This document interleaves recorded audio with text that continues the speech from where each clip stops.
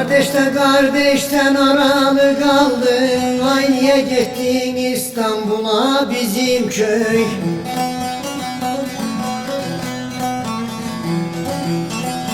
Hasretin yürekte yaralı kaldın, niye gittin İstanbul'a bizim köy? Bizim el ay bizim el bizim köy.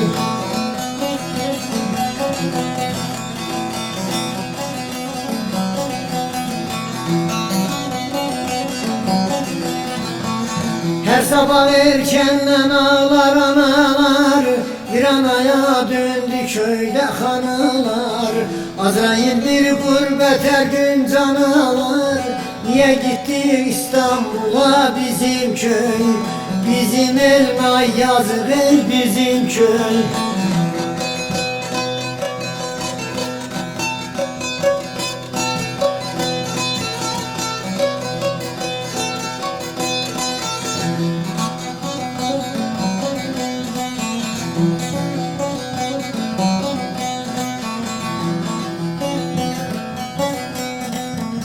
Ananın yanında kızı kalmadın, yemeğin lezzeti tuzu kalmadı.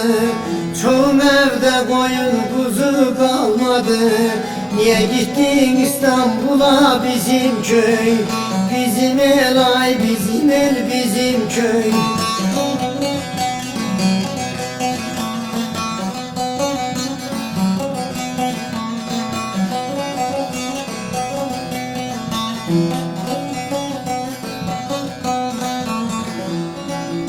Aşığın toylarda fasılı kaldı, sazlar duvarda asılı kaldı.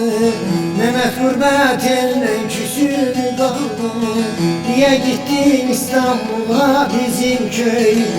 Bizim el ay garip el bizim köy.